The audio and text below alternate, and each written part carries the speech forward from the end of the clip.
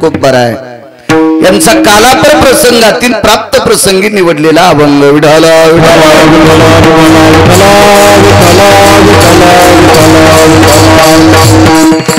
प्राप्त प्रसंगी निवडलेला अभंग माझ्या देहूतल्या मालकांचा आहे।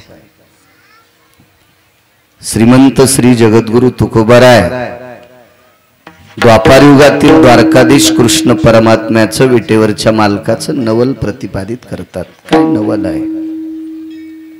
जेवढा आशीर्वाद देताल तेवढा मी बोलण्याचा प्रयत्न करेल। माझ्या भगवान बोरेश्वराचा आशीर्वाद आहे, निश्चित त्याच्या कृपेने त्या मालकाच्या कृपेने बोलेल। परम पावन महाशिवरात्रीचा पर्व काळ आहे। या पर्व काळाचा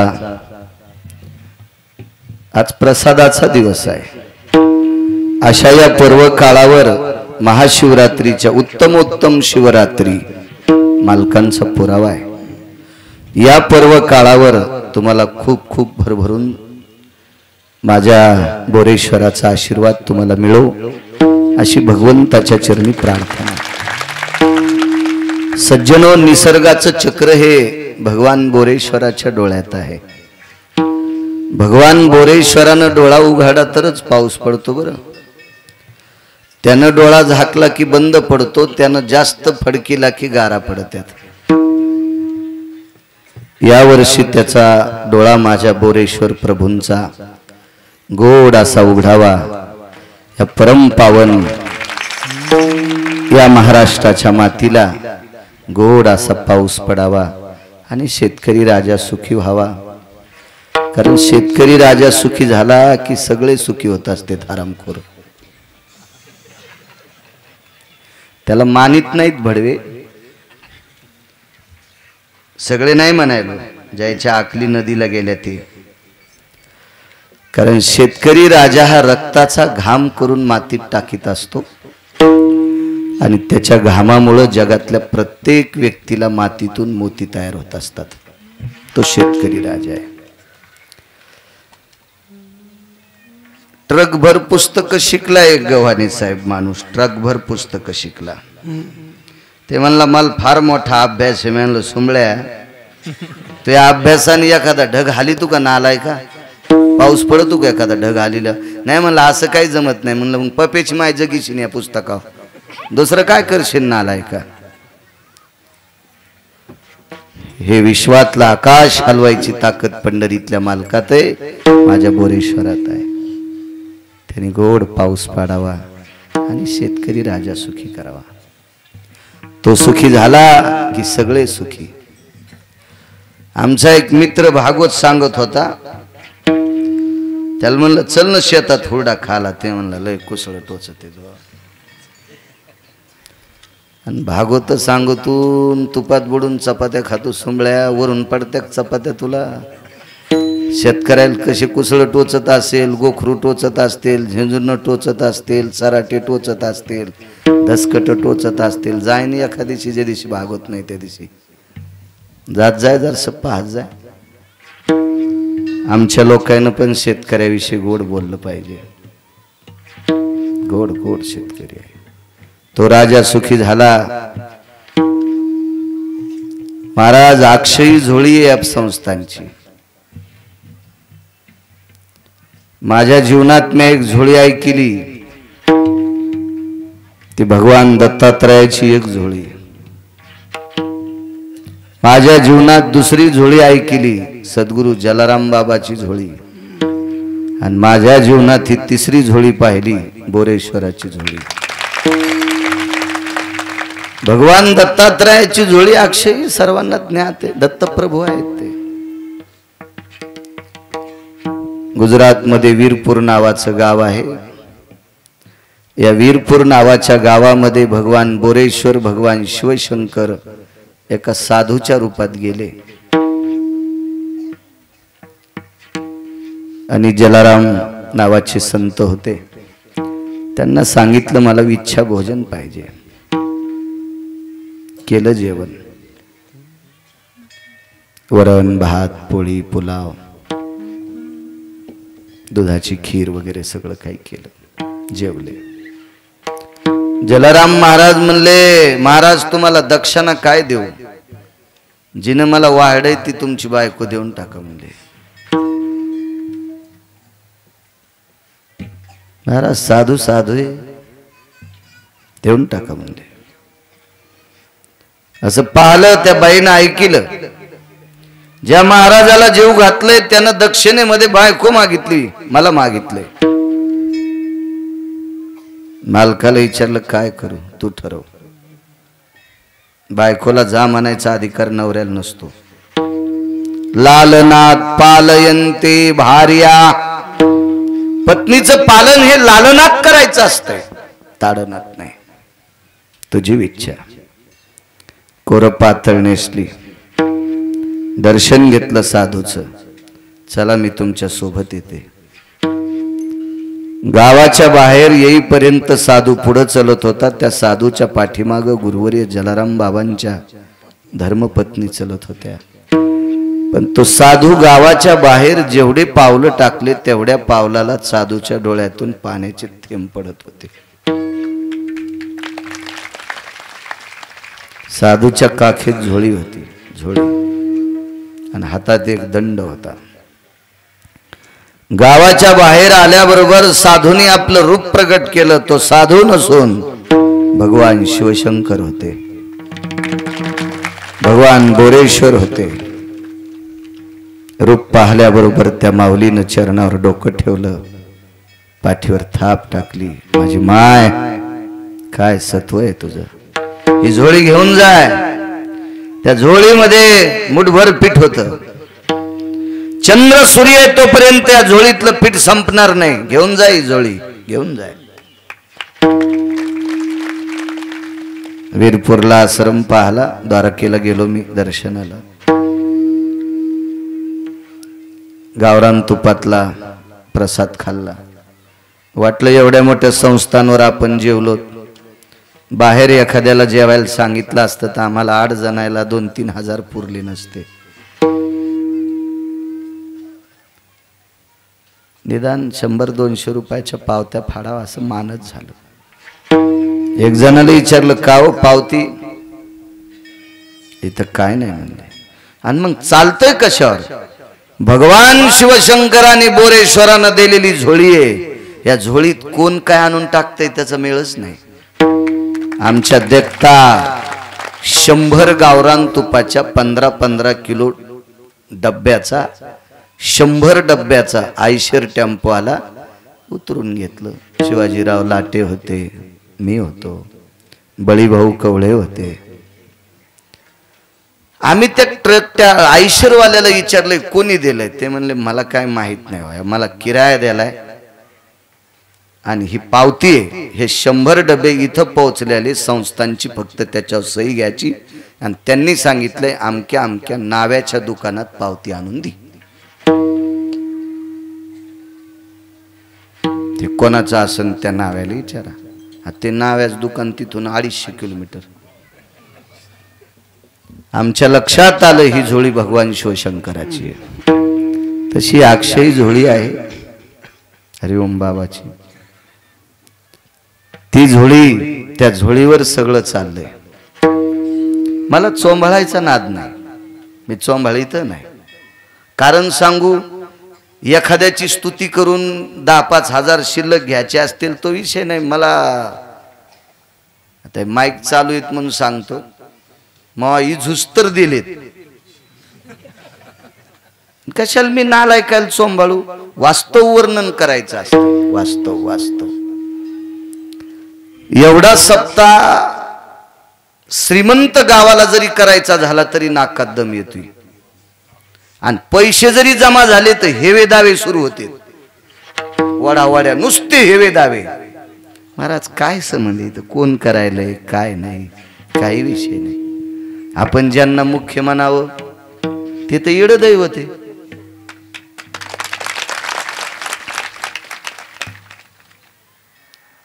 बोरेश्वराचं वेड दैवत आहे ने, काय म्हणून यांना मालक म्हणाव? मग हे चालवायले कोण? याचं मूर्तिमंत उदाहरण असेल तर भगवान बोरेश्वर चालवू लागला. ती या महात्म्यावर कृपा आहे. आदरणीय बाबाजीवर अतूट प्रेम. उपस्थित श्रोत्यांना पुन्हा एकदा मनपूर्वक प्रणाम करतो.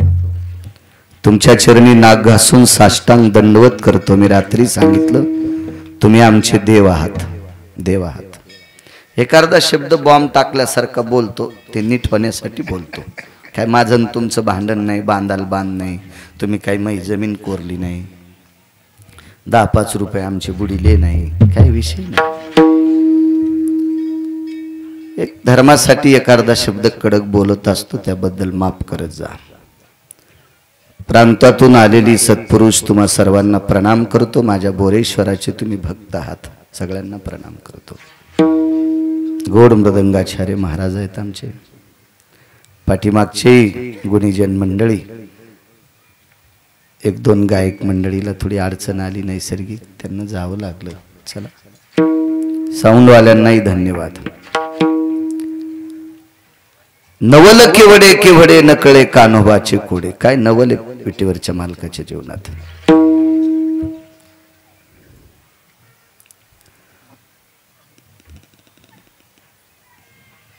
भगवंताचं नवल 8व्या अवतारात एवढी नवल झाली, एवढी नवल झाली की सगळे कामच नवलाची केली. 7व्या अवतारातले भगवान प्रभू रामचंद्र हे पंढरपुरातलेच मालक आहेत आणि 8व्या अवतारातले कृष्ण परमात्मा हेही सुद्धा पंढरपुरातलेच मालक आहेत. पण नवल मात्र 8व्या अवतारात झालं. 7व्या अवतारामध्ये काही भंगिऱ्या लोकांनी पंढरपुरातल्या मालकाला त्रास दिला. आता मालकाकडे बाण होता, सोडा बाण, पण बाण लागायच्या अगोदर तो भंगिऱ्या समुद्रात लपला. बुडी घेतली समुद्रात आणि समुद्रानं त्याला लपविलं समुद्रानं. कस काय समुद्राच्या गोळ्या संपाल त्या मला काय तेही कळालं नाही. मदत तर समुद्रानं प्रभू रामचंद्राला करायला पाहिजे होती, पण त्या नालायक राक्षसाला केली. चला, असल त्याच्याही मनातलं काही वेगळं, आपल्याला तेवढं ज्ञान नाही, तितकी चिकित्सक वृत्ती नाही. पण पंढरपुरातले मालक भगवान मर्यादा पुरुषोत्तम प्रभू रामचंद्र एका महाराजांकडे गेले. नवल सांगतोय, नवल महाराजांकडे गेले आणि त्या महाराजांना सांगितलं, महाराज एक राक्षस मात्र या समुद्राच्या तळात बसलाय, त्याला बाणान माराव पण समुद्र काही दिसू देत नाही. महाराज म्हणले, राक्षस दिसल्यावर मारताल का?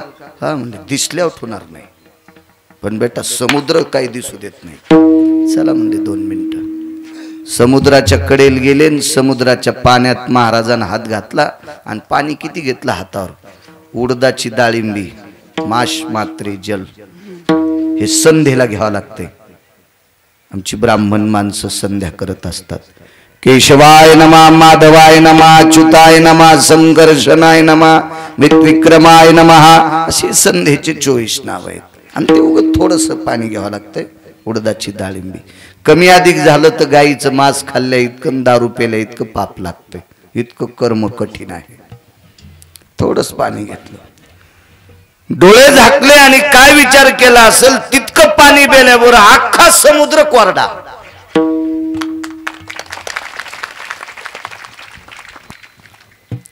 बरेच म्हणत असतील गिरगावकर आज नंबर 1चा किर्या के पागल आहे.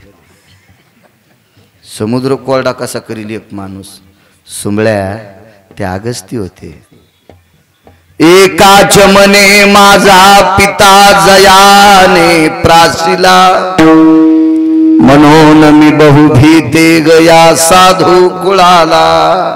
लक्ष्मी म्हणत होती सरस्वतीला, हे सरस्वती, एका आचमनात माझ्या पित्याला पिऊन टाकलं. समुद्र लक्ष्मीचा पिता आहे. सरस्वतीला सांगितलं, बाई एका आचमनात पेलं, एक सागर पिऊन टाकलं. कीर्तन झाल्यावर एक जणांनी फोन केला आणि म्हणले, महाराज अगस्तीने किती सागर पेले? एक. म्हणला, मी 9 सागर पेतो. म्हणलं, मग तू अगस्तीचा आज असशील. पण अगस्तीनं एकच सागर पेला तर मूर्ख मेला, आणि तू 9 सागर पितो तर पप्याच्या माईला साडी नेसायला नाही तू. अरे तुझ्या घरावरची पत्र इकावं लागली भंगिऱ्या, इतके समुद्र कशाला पिले? एकच प्याचा असताना नालाय का तो? लय शहाणे झाले लोक, फार शहाणे. प्रभू रामचंद्राने विचार केला, महात्मा अधिकारी आपण घरी बोलवावा, प्रसाद घेण्यासाठी घरी बोलवलं. कौशल्या मातेनं स्वयंपाक केला, महाराज जेवायला बसले. आणि जेवायला बसल्याच्या नंतर आपल्याकडे पाणी द्यायची पद्धत असते, पाणी पाणी पाणी देत असते. कौशल्या मातेनं सांगितलं, मालक महाराज तुम्हाला पाणी नाही देता येणार. अगस्तीनं सांगितलं, रामचंद्र कौशल्या आईसाहेब म्हणतात पाणी नाही, जेवायचं कसं? माफ करा म्हणले प्रभू, पाणी नाही. कारण रामचंद्राच्या मनात विचार आला, एका आचमनात एक समुद्र पेलाय तर 7 आचमनात 7 समुद्र, आणि पाणी देवा कुठून म्हाताऱ्याला? हे आपल्याला ऐकतच म्हातारं नाही म्हणले. म्हाताऱ्यानं सांगितलं, मी बिना पाण्याचं जेवतो. म्हातारं चांगलं होतं, ते सोयरिकी मोडणार म्हातारं नव्हतं. लय काय काय नमरी म्हातारे. आमच्या इथं एक म्हातारं होतं, त्याला नाही बोलिलं की ते सोयरीक होऊच देत नव्हतं. असं म्हातारं आमच्या इथं भंगिरी नाही म्हणा, पण तुम्हाला राग येईन म्हणून आमच्या इथल्यावर घ्यायला लागलो. हो, त्याला जर नाही मान द्याला ना, ते तुम्हाला सांगतो पत्रिका छापल्यावर पण सोयरीक मोडीत होतं. असं बात गावामध्ये तक्के जमा व्हायले. ते आता पाहुणे याचे म्हणजे काही इतकाले नव्हते, पहिल्या परिस्थित्या नाजूक होत्या, आता काय मोठी लोक झाली. 17 4-2 गाद्या हे ते ठराविक लोकांकडे होत्या. धक्के गिक्के आणले ते विचारला, का रे कशाची गडबड आहे? काय नाही म्हणले, रावसाहेबाच्या पोराला पाहुणे पाहिले, याचे सोयरीक झाली, टिळा यालाय, हुंडा घेऊन यालेत. काय हुंडा द्याला म्हण 30-35 लाख रुपये. बर बर, कुठले रे पाहुणे? ते म्हणला, एवढा हुंडा देणार म्हणल्या उसावाले असतील गंतडीचे. आपलं काय पिकल बळडी तर कडी घोडी नाही तर उदो आंबाबाईची पळडी. आपल्याला कुठे इतकं असतं ते असतील जरा बरं मोठा वाडा, पोकळ बसा, वारा जाई बसा बसा, काय तिथं चांगल्या भोईवरले असतील म्हणजे. बर घरी आल्यावर पोराला म्हणलं, अरे ते फलाण्याला ₹1 टिळा यायचा, आपल्याला नाही आमंत्रण. हा ते म्हणले, सोयरिकीला सांगितलं नाही ना, आज सांगितलं नाही. म्हाताऱ्याला सुनान जेवायला वाढवतं, नाही जेवलं. संडास नव्हती तरी डबा घेतला आणि रस्त्याला गेलं. जिकून गावात पाहुण्याच्या गाड्या येतात का, रस्त्याला लांब गेलं 1 किलोमीटर, आणि गाड्या ओळखल्याबरोबर हात केला. ह्या पटकान गिटकान धोतरण गितरण दांड्यान गिड्या. राम राम राम राम राम. कुठले पाहुणे आहेत? आमकं गाव गंगथडीच. बर बर, गिरगावला चालले वाटतंय. हो, कोणाची तर चालले? आमक्या आमक्याची. बर बर बर, काय कार्यक्रम आहे बाबा?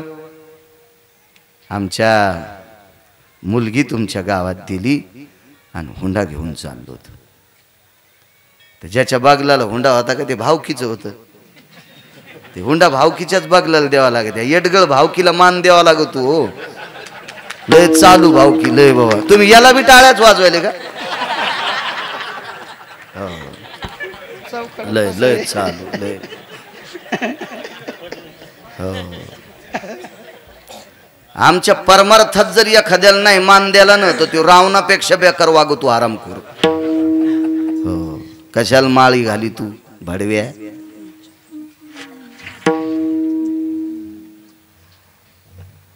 बर बर, ते भावकीच्या माणसासाठी गाडी उभी करावी लागते. इस्त्री वाली. इस्त्री कशा? तांब्यातीच तू त्याला भेटती का इस्त्री सोंबळ्याला? हा, आणि कपडे बायको लोकांचं रान खुरपीतीन, याला घेतीन. याला कुठे इस्त्री असती का? पण इतकं वजन त्याचं, जिल्ह्यापेक्षा तालुका मोठा. आणि त्या भावकीच्या बागलात ते हुंडा. म्हणले, पोरीचा बाप कुठे? ते फालक्या. त्याला कशाची शिटावर जागा? ते माग बसलेलं कमांडर मध्ये. बर, तुम्ही मुलीचे वडील आहेत का? बर बर, कोणाला तर गिरगावचं घर पाहिलं. आपण कशाला? हे आमचे 2 भाऊ आले, भावकीचे 7-8 जण येऊन गेले. बरं आहे पोरग, बर बर बर. तुम्ही कुठले येत? गिरगावचाचे. बर. कस काय घर? आपण कशाला बोलावं, देवाला डोळे माणसं आंधळे. गेल्यान गाड्या वापस, वापस गेल्या, वापस गाड्या वापस. हो असं म्हातारा असं का ते? काय पानछट म्हातारी, काय काय बाबा विषय नाही. रामचंद्र बिना पाण्याचा जेवतोय, पण पाणी मला पुन्हा कधीतरी पाजावं लागेल. रामचंद्रांनी सांगितलं पुढच्या अवतारात पाणी पाजतो. नवल सांगायला नवल. प्रभू रामचंद्राने सांगितलं, रामचंद्र मला अगस्ती म्हणतात, तुम्ही लक्षात ठेवा, तुम्ही वचन देताय, जीव घालतोय, मला पाणी पुढच्या अवतारात पाजावं लागेल बरं का, लक्षात ठेवा. भगवंतानं थोडासा विचार केला. लक्ष्मणजी म्हणले, मनान हो, तुला काय सांगायचं राजा, पुढच्या अवतारात नाही पाचता आलं तर इतका जाळ करीन तर सरे समुद्र आटून टाकीन, विश्व जाळीन. साधं म्हातार होतं का? या प्रभू रामचंद्रानं क्षणिक विचार केला आणि ते म्हणले, पुढचा अवतार आपल्या मनासारखा स्वतंत्र पाजू. हो म्हणले मालक, पाजतो पाणी, पाजतो पाणी, काय काळजी करू नका. द्वापार युग सुरू झालं. भगवान कृष्ण परमात्मा प्रगट झाले मथुरेत. उत्सव गोकुळात साजरा झाला आणि एके दिवशी गोकुळात उत्सव साजरा झाल्याच्या नंतर भगवान थोडेसे मोठे झाले. एके दिवशी गोकुळात उत्सव होता. तो उत्सव होता इंद्रपूजेचा. एक दिवस इंद्राची पूजा करत होते. ए कशाला वरी बसले रे खजिन्या? हो ना, ते बसा बसा, दटू नका. काही लेख बायाले नवस करायल्यात पिरापस्तोर. हो ना, आपले देव कमी पडल्यावर तिथरोक बोकडे कापायल्यात लेकर होण्यासाठी. आणि मग तिकडचे प्रसाद आल्यावर ते हिशोबात असतो का? ते असाच असतो, त्याचा काही ताण घेऊ नका. प्रसादात फरक असतो. महाराज रानोबा नावाच्या वारकऱ्याला पांडुरंगाचा प्रसाद भेटला तर चोखोबा जन्माला आले. चोखोबाला पांडुरंगाचा प्रसाद भेटला तर कर्ममेळा जन्माला आला. झाल्यात भजन करीत होता. उपजताची कर्ममेळा वाचे विठ्ठल सावळा. आणि चोखोबाराय जिवंतपणी भजन केलं, नवल नाही. शरीर इस्त्यात टाकल्यावर सुद्धा असती विठ्ठल विठ्ठल म्हणत होते. रात्री सांगितलं मी तुम्हाला. हो, चांगला पुरावा आहे तो. आपल्या देवांची प्रसाद वेगळी. आपल्या परमेश्वराची, आपल्या ज्या देवता आहेत, भगवान शिवजी असतील, भगवान पांडुरंग परमात्मा असेल, गणपती भगवान असतील, मा जगदंबा असेल, यांची प्रसाद वेगळी प्रसाद आहेत. बाकीच्या प्रसादानं सगळं वाटुळ होऊन जातं. एखाद्या वेळेस वाटुळ, तात्पुरती मजा वाटती, मग सगळं नासत. बघा, इंद्राची पूजा ठरत होती. भगवान कृष्ण परमात्म्यानं सांगितलं, इंद्र पूजा आज बंद करायची, आज गोवर्धनाची पूजा करायची. ठीक आहे म्हणले. गोकुळातली सगळी लोक, भगवान छोटे होते पण ऐकत होते. लाड होता, कृष्णाविषयी प्रेम होतं लोकांचं.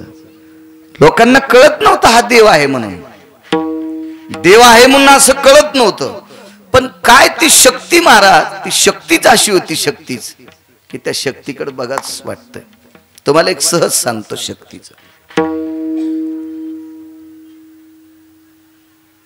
आंबे असे टोपल्यात ठुलेले आहेत, पिवळे अड्डळ आंबे आहेत. शुगरवाल्याला पण वाटतं याच्यातला अर्धा पण हाणाव, कारण तो फळांचा राजा आहे तो आंबा. त्याचं ते तेजच असं आहे की ते बघितल्या बरोबरच जीवाशी ओठावून फिरवा वाटती.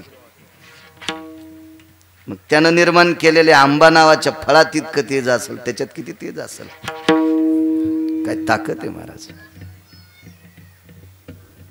काय सृष्टीची रचना आहे त्याच्यात, किती रचना आहे सृष्टीची, किती गोड रचना आहे, किती गोड. एक जण म्हणला, महाराज आंबे भोपळ्याच्या याला लावायला पाहिजे होते, भोपळे आंब्याला लावायला पाहिजे होते. देवीत जरसा चुकलाच. बरं, आपण मी जर मेलो गेलो आणि एखादा देव भेटला तर त्याला सांगन की देवाला म्हण असा असं बदल करा. तितक्यात झोपलो तर आम्ही आंब्याखाली. कर्मनुक ती आंबा नेमकाच पाडी लागला होता. एक पोपट आला, निब्बर कैरीच्या देठाला टचका लागल्याबरोबर आंबा त्याच्या नाकावर पडला. कवळलंच नाक होतं. फॅ फॅ फॅ फॅ फॅ सर रक्त चालू तोंडात. म्हणलं दवाखान्यात घिगडे आणले. देवाने येडेपणाच केला रे, आंब्याला आंबे लावले. ते म्हणलं नाही तर काय. म्हणलं जर आंबा लाव पडल्यामुळं नाक फुटलं, भोपळा जर पडला असता तर. ते म्हणला मेलो असतो राव. याच्यामुळेच भोपळा नाही लावला. भोपळ्या जरा अक्कल आहे का तुला बैंगाने? देवाच्या चुका काढतो भडव्या. विठाला उठाला उठाला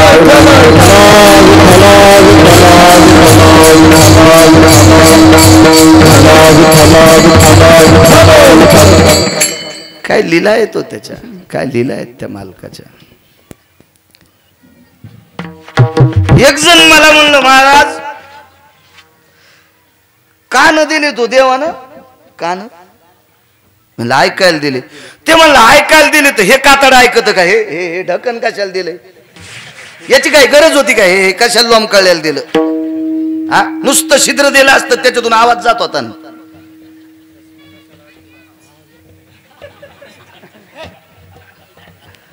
मग त्याला दिसणं गेलं. गेलो दवाखान्यात. मग डॉक्टरनं चष्मा द्याला. मी म्हणलं हे जर कातडे दिले नसते तर खेळा ठोकला असतास का इथं चष्मा अडकवायला? खेळा ठोकला असं कुठे आणले असतेस कुठे? हा चष्म्याच्या दांड्या कुठं अडकवायच्या? मग काय नियोजन आहे, काय नियोजन आहे? मालकाचा विचार करा ना, कशी रचना केली असेल, कशी रचना. मला सांगाय सगळं साथ द्यायला काय हरकत होतं? वरी डोळे द्यायचे होते. पण नाही, त्याची रचना आहे. त्या मालकासारखा विवेक जगात कोणाकडे नाही सज्जनो. मालकच आहे ते. सगळी लोक ऐकत होती. तेज होतं माझ्या मालकाचं, तेज होतं तेज. ए मावल्यांनो, जिकडे तिकडे जागा सावलीला भेटेल तिथं बसा. माय आता असं इकडे झाडाखाली बरीच जागा आहे. बसा बसा, ऐकून बसा. ह्या बी रोज येत नाही तो. काय गिरगावकराच्या कीर्तनात बनलं गौसतीत काय माहिती. तरी यायला शिव्या देत, तरी याच्या कीर्तनाला येतातच. या विठाला विठाला विठाला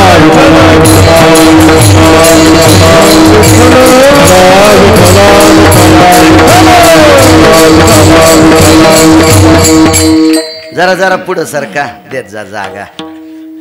बा एखाद्याला जागा दिली तर महादेवाला 1,00,000 बेल व्हायला इतकं पुण्य भेटते. त्याला नाही जागा दिली, या बायकाला नाही जागा दिली तर त्याच्या अंगावर तूप बी टाकलं तर ते म्हणीन घासले तर टाकलं. देत जा जागा.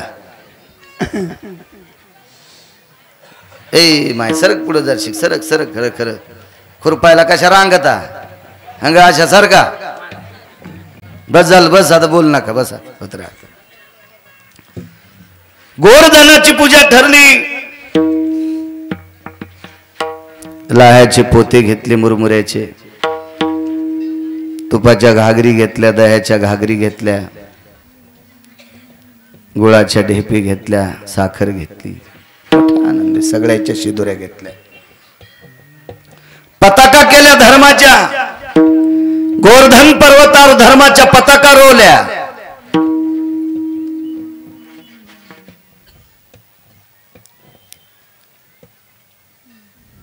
काय तो उत्सव गोवर्धनावर. आणि ठरल्याप्रमाणे इंद्राची तारीख होती. इंद्र म्हणला आपली कट करून कोण्या महाराजाची घेतली पहा तरी. सेवक गेले, ते म्हणले तिथं महाराज बदलत नाही कोणी, पर्वत महाराज बदलाय, डोंगर. इंद्र म्हणला अरे गवळी जरा शहाणी झाली, माझी पूजा न करता डोंगराची पूजा करायला जरा पाहतोच होय गवळीची. आणि मग काय, इंद्राच्या हातात फॉर्म होता, त्यानं फॉर्मवर सही केली वरुणाच्या आणि सांगितलं असा पाऊस पाड की हत्तीच्या सोंडेवानी धारा पडल्या पाहिजे. शिळा वर्षल्या धारी मेघ जो कडाडीला, शिळा वर्षल्या धारी शिळासारख्या अशा धाराची धारात पडल्या गारा. थाड थाड थाड थाड थाड वाजू लागलं. शहाणे माणसं होते, म्हणले आपण कृष्णाचं ऐकलं, चूक केली रे, लेकरू वाटलं आवडीनं करायले, त्याच्या काही विरोधात जावं, पण आता एक वाचत नाही, एक कस करायचं कन्हैया? काय नाही म्हणले, लावा काठ्या. आणि काठ्या लावल्याबरोबर येणे गिरी गोवर्धन उचलिला, रक्षिले गोकुळ नखी धरी लागे रे, निर्भय लोकपाळ अवतरले हारे. जय देवा कृष्णनाथा राई रुक्मिणी कांता, आरती ओवाळीन तुम्हा देवकी सुता. तुकोबराय म्हणतात, तुकोबरायांनी गायलेली आरती. निरक्षिले गोकुळ नखी धरीला गिरी, नखावर पर्वत धरला. तिथेही काही लोकांना अहंकार झाला, आम्ही काठ्या लावल्या, आम्ही हात लावलाय, कोणी डोकं दिलंय आणि या नखच लावले. त्याच्याच नखाव टेकला आणि यायच्या डोक्यावर पर्वत असतोय. बैलगाडीमध्ये सोयाबीन टाकलं, चालली पाचोडला गाडी बिटाला खेड्यातून एका. पण मालकाची गाडी निघाल्यावर कुत्र्यान दररोज सांभाळून हे गाडी संग निघाले, पण त्याला मुरम्यातलं कुत्र भेटलं. आता मुरम्यातलं कुत्र भेटल्यावर ते जरा असं खपक्या होतं, त्याला माहित होतं आपल्याला तोडीत आहे, म्हणून हे कुत्र त्याच्या बैलगाडी खाली गेलं, बैलगाडी खाली गेलं. तर मुरम्यातलं कुत्र म्हणलं, असा काय लापायला बाहेरीन सोय पाहतो. आई म्हणला, इकडे इकडे ते दाखवतो. त्या कुत्र्यानं अशी आबुकट ठोकली, पण हे कुत्र लय शहाण होतं. ते म्हणला, मी आलो असतो पण बैलाला गाडी रेटन म्हणून वाढायला. पाय कुत्र पा आखा खाली चाललं म्हणजे गाडी वडीत असतो. तसे ते पण म्हणले, आम्हीच पर्वत उचलला. याने एका शकंदा करता कणगुळी काढ्याबरोबर दबली. काय लिलाय महाराज, ती देव देव आहे. त्या मालकाच्या पुढे काय आहेत आपण? अफाट शक्ती विश्वाच्या मालकाची, विश्वातला कण कण त्याच्या सत्तेशिवाय हलत नाही, एवढी शक्ती. प्रभाती नावाच्या वरुणाने अकाली पाऊस पाडला. आठवलं म्हणून सांगतो, माझ्या पैठणच्या मालकांची वाणी किती गोड आहे बघा ना. शासन आता सांगते, पाणी आडवा, पाणी जिरवा. आता सांगते, आता 400 वर्षापूर्वी लिहिले, अनवरत मेघ जळा, धरणे बांधून निघाली जे तळा. अनवरत म्हणजे अवकाळी पडलेला पाऊस, शेतीला लागतोय त्याच्यापेक्षा शिल्लक पाणी वाहतं ना गव्हाणे साहेब. मालकाने सांगितलं, ते धरण बांधून तलाव करून ते मधात घ्या, मग नेमे पिके ढाळा ढाळा द्यायचे, जसं लागन तसं धानाला द्या. 400 वर्षापूर्वी सांगितलंय. हे स्वाक्षण बुटन घालणारे आता सांगत आहेत, आता सांगत आहेत. काय लिलाय हो संतांची, काय काय त्या मालकाचे सेवक लोक आहेत. 7 दिवस 7 रात्र पाऊस. गोवर्धन पर्वतावरचा एक कंत वाहू द्याला नाही, एक कण वाहू द्याला नाही. कण सापाचं आळ केलं, मोठ्या औरंगाला बोलिलं, सर्व पर्वताला आळ केलं. नागस्तीला सांगितलं, महाराज या, पाण्याची सोय झाली. त्याला राग येण्यासाठीच केलं देवाने. इंद्राला राग आला आणि पाऊस हत्तीच्या सोंडेसारखा, मुसळधार पाऊस. आपण कशाला मुसळधार म्हणतो? मोटरसायकलच्या इंना खालची माती भिजली नाही, काय पाऊस झाला. वा वा वा, तुला चांगल्या बेश्रमाच्या फोकान हाणायला पाहिजे.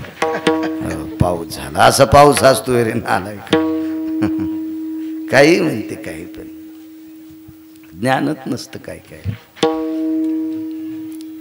एका जागेवर पाणी घेतलं, नागस्तीनं तोंड लावलं, 14 समुद्रा इतकं पाणी वाहत होतं. 14 समुद्रा इतकं, 14. 7 दिवस 7 रात्र. 8व्या दिवशी म्हाताऱ्याने चुटकी वाजली आणि इंद्राला सांगितलं, येडपठीस का काय, अक्कल एक तुला, कोणाच्या नादी लागायला तू? बोकड्याचे शिंग किती वाढे म्हणजे वाघाला हानीत असतात का? शेळीच्या पोराच लग्न झालं. ही नावशी भेटली शिदुऱ्या 2-3 थैल्या आल्या ते लय मोठ्या शिदुऱ्या आल्या पोराची मायाशी टेकती थोडीच मणियंत्रातल्या उपनेर मधल्या दाण्यावानी अशी लखाच करू लागली मायाबाब्याला 3 थैल्या मायाबाब्याला 3 थैल्या मायाबाब्याला 3 थैल्या हो आणि शिदुरी वाटताना एका गोळ्याचे 35 तुकडे चष्मा लावून पाहावा लागतो एवढा हो आणि ती 2-3 दिवसाची कुमड झालेली चपाती आणि तिच्यावरती एवढा गोळा आणि शिदुरी वाटणार बी मोठी अशी झाकू घेते तिला ते भुरकाचे ते भुरका हे असतो ते पीस झंपर होईन टोपर वेतन तिला काय नाही चहाचा घोट कोकाचं बोटन चलवय गारला तिला का पगार असती का काय पण तिला त्याचाच लय मान असतो बाप्पा ते तितक्याच अशी वजनातच हालत ती तिकून तर टेकतच नाही टोपला ती चपातीचा तुकडा आणते इतका ते शिदुरीला अशी काय तसं शेळीच्या पोराचं लग्न झालं शिदुऱ्या 9-10 थैल्या आल्या वाटाव शेळ्यातली शेळ्यात ती म्हणली माय नदीच्या कडीला लांडगीन गेली तिला येता येत नाही पिले लहान येतं मी तिला शिदुरी देऊन येते तर पोराला वाटलं माय लय हौसी आहे माईच्या सोबती जावा तर लांडगिनीनं पोराच्या माईच्या आधी पोराला बॉच करलं मग हिला काही सोंग असतात का कुठे अगस्तीनं सांगितलं कोणाशी पंगा घ्यालास हा जगाचा बाप आहे एवढा पाऊस पडतो इंद्रा अरे त्याच्या डोक्यावरचा केस सुद्धा भिजला नाही एका गायीची शेपूट भिजली नाही एखाद्या वासराच्या कानावर थेंब पडला नाही आणि काय येड्यावानी करायलाय ते म्हणला इतकं पाणी तो 20 वर्ष पाडा तरी पठ्या पेतच राहतो ते बी ताण नको घेऊ इंद्रान कामधेनू नावाची गाय आणली तिचं दूध काढून देवाला अभिषेक केला नाव पड गोविंद आणि अगस्तीला प्रणाम केला महाराज काय लीला असेल म्हणून मालक म्हणतात नवल केवडे केवडे नवल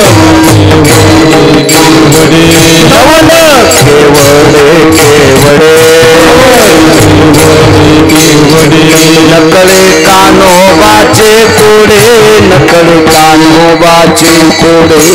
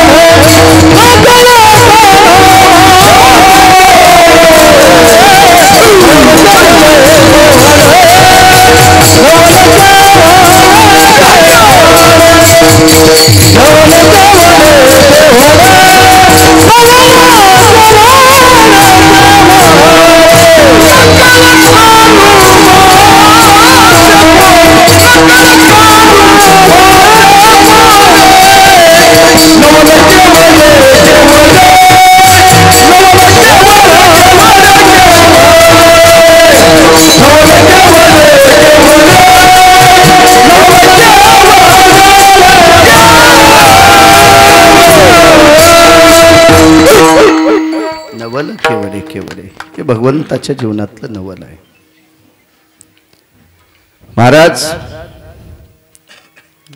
आजचा प्रसाद भगवान बोरेश्वराच्या दरबारात आहे माझ्या शिवजीचं एक नवल तुमच्या पुढे प्रतिपादित करतो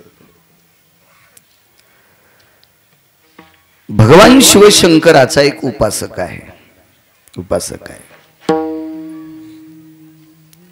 महाराज पंढरपुरातला मालक आणि बोरेश्वर भगवान सोंगड्याला मानित नाही बरं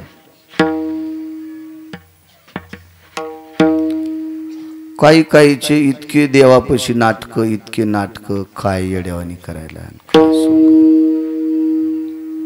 त्याला माजित नाही महाराज ह्या लवचिक लोकायला मानता येते निराभिमानी लोकायला मानतो देव. काय आदराची गरज नाही, सन्मानाची गरज नाही, साध्या परिस्थितीत काय, साध्या अवस्थेत या लोकांना मानतात. असा एक उपासक आहे, नवल सांगतो माझ्या मालकाचं. पर्वकाळ शिवरात्रीचा आहे, त्या पर्वावर आपण थोडंसं बोलावं. तसा माझ्या भगवान शिवशंकराचा फार मोठा वाटा वारकरी संप्रदायात आहे. थोडा नाही. वारकरी संप्रदाय जर कोणी उभा केला असेल तो शिवशंकरांनीच केलाय. एका जनार्दनी वैष्णवानी शिरोमणी महादेव, पैठणचे मालक सांगतात, मालकांनी उभा केला शिवजींनी. कोणी आता भजन करीत असेल, भजन सुरू त्यांनी केलंय. सांब गायन करी किंवा भजन करी महादेव. हो, सुरनर किन्नर नारद तुंबर गाती निरंतर रे, सुरनर किन्नर नारद तुंबर गाती निरंतर रे, माधवा मुरली मनोहर रे, माधवा मुरली मनोहर रे, माधवा मुरली मनोहर रे. सुरनर किन्नर नारद तुंबर गाती निरंतर रे. भगवानजीनं भजन सुरू केलं, वारी त्यांनी सुरू केली. रोज सकाळची वारी. त्रिशूळ डमरू घेऊन आला गिरिजेचा कांत. भगवान विश्वनाथाला, भगवान शिवजींना, भगवान बोरेश्वराला चिताभस्म समर्पित करायचा एक जणाचा नियम होता. इथं बसलेल्या माझ्या मावल्यांना सांगतो, चिताभस्म कशाला म्हणायचं? मेलेल्या माणसाची राख. बाय म्हणलं, माय मेलेल्या माणसाची राख. तसं आमच्या लोकांनी सांगितलं आहे, काही करतात. महाराज सांगेल ती दिशा. इतकं महाराजांनी सांगितलेलं यायला आवडतं लय. फक्त त्यानं खरं किती खोटं सांगितलं याचा बाजार कोण केलाय? चला, त्यांनी सांगितलेलं ऐकतच राहायचं आपलं. शास्त्र, वेद, पुराण याच्या व्यतिरिक्त जर महाराज बोलत असेल तर तो महाराज हरामखोरे समजायचं. वेद प्रणित संप्रदाय, ऋषी प्रणित संप्रदाय, मुनी प्रणित संप्रदाय, शास्त्र प्रणित संप्रदाय, पुराण प्रणित संप्रदाय याला धरून सांगायचं तर विश्वाचं कल्याण होत असतं. उगा काही पण नाही सांगायचं महाराजांनी. पण लोक मानतात म्हणून नाही, त्याचं पाप त्याला सुद्धा कोण्या नरकात टाकावं हे देवाला कळणार नाही.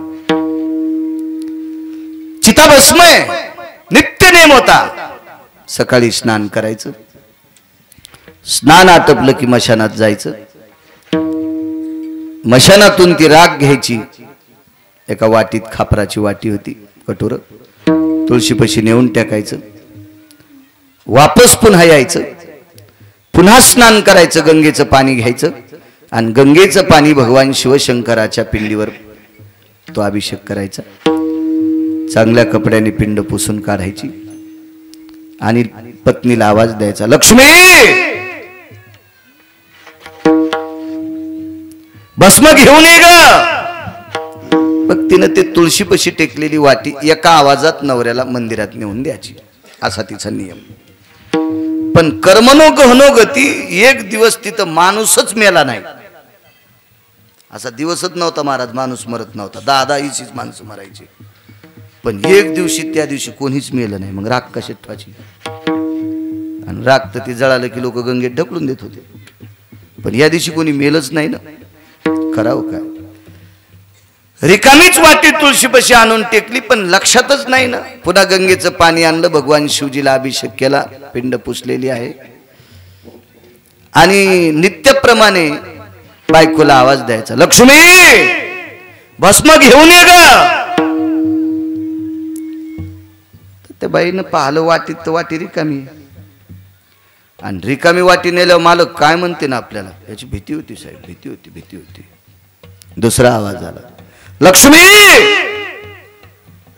किती जोरात ओरडतो ग, तुला ऐकायला आलं नाही का, घेऊन ये भस्म. दोनदा आवाज आला, पण भस्म नव्हतं राजेव त्याच्यात. माणूस मेलत नव्हता, कुठून द्यायची राख. तिसरा आवाज आला, लक्ष्मी आमटे काय येऊ.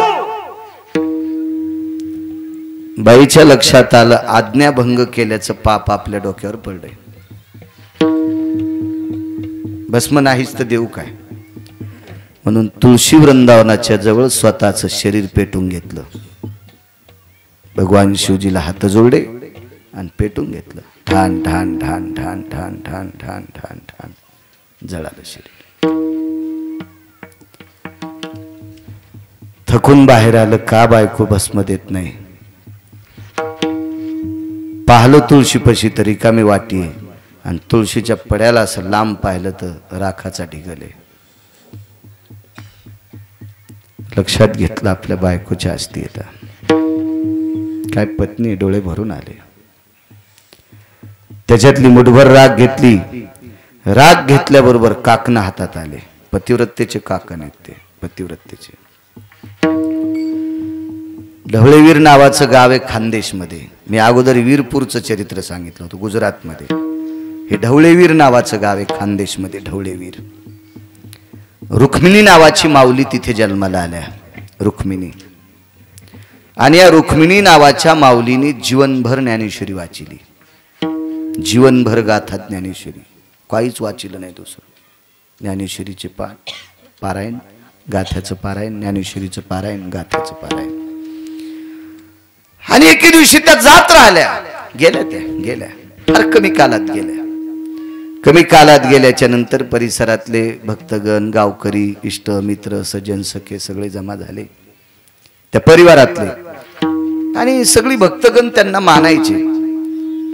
मग त्या रुक्मिणी आई साहेबांचा, त्या मातेचा, त्या माऊलीचा अंत्यविधी झाला. दुसऱ्या दिवशी सकाळी अस्थी सावडायचा, अस्थी संचयाचा, राखेचा कार्यक्रम होता. गळ्यातल्या जेवढ्या तुळशीच्या माळा दोऱ्यासगट शाबीत निघल्या. म्हणून ढवळेवीरला समाधी एका गेलेल्या व्यक्तीच्या गळ्यात पेटून दिल्याच्या नंतर दुसऱ्या दिवशी राखेतून तुळशीच्या माळी त्याच सापडतात. तुम्ही म्हणताल कोणी टाकल्या असत्या, नाही, त्याच माळा. जशाला तशा प्रेतावर त्या माळांची समाधी आहे. कारण तिची देवावरी सत्ता. तो का म्हणे पतिव्रता, तिची देवावरी सत्ता. या भारत देशातल्या, या महाराष्ट्राच्या मातीतल्या पवित्र स्त्रियांची सत्ता देवावर असते. देवावर तिनं सांगावं तो देव ऐकत असतो. एवढी मोठी ताकद आहे महिलांची. त्याच्यामुळे मी कधी कधी बॉम्ब टाकत असतो. आगावपणा करण्यापेक्षा सात्विक काम करत जा, देव तुमचं भलं करत जाईल. एवढी मोठी ताकद आहे त्याच्यात, त्या परमेश्वरात.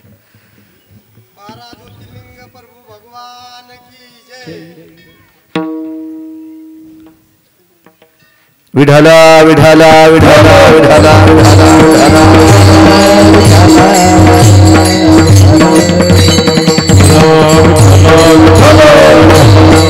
आणि मग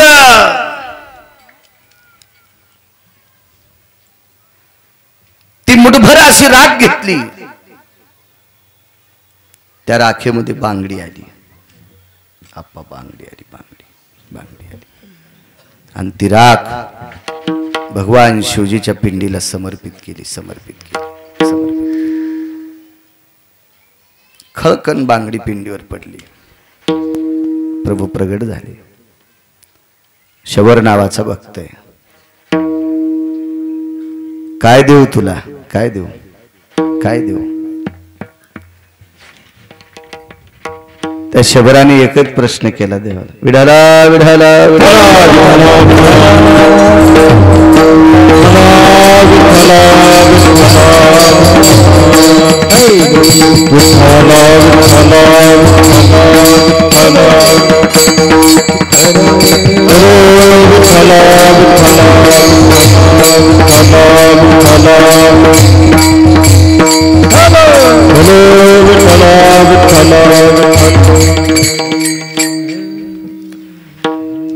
ती राख उचलली आणि भगवान शिवजीच्या पिंडीवर समर्पित केली.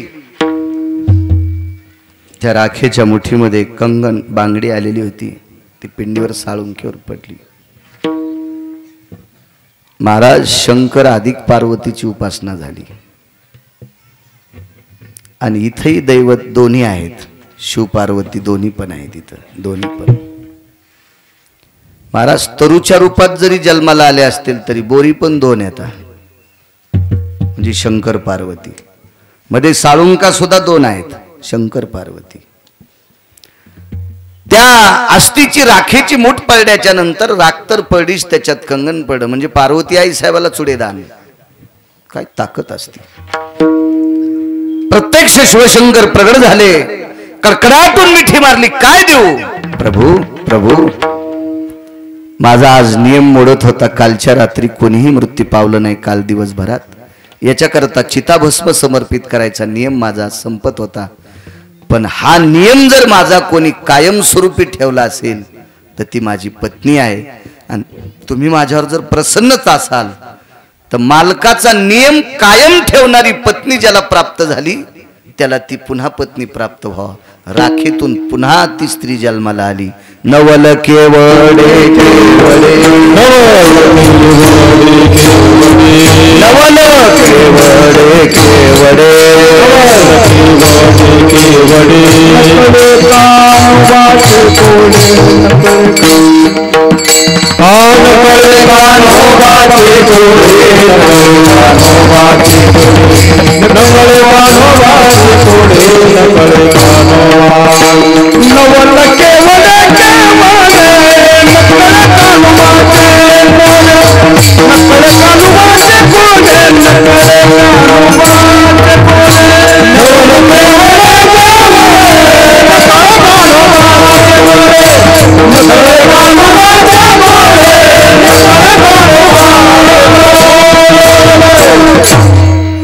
नवल माझ्या शिवजींचं.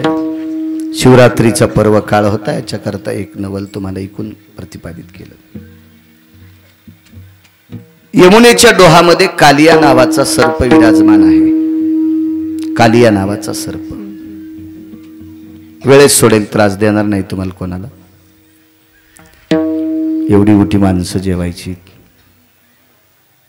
बऱ्यापैकी आता सावलीची जागा सगळी संपली. आतापर्यंत ऍडजस्ट केलं तरी काही पुरुष उन्हात आहेत. कालिया नावाचा सर्प ज्या वेळेला यमुनेत दाखल होतो त्यावेळेला त्यानं त्याच्या विषाचा प्रयोग करायला सुरुवात केला. उग्र स्वभावाचा होता, वात्रट स्वभावाचा सर्प होता.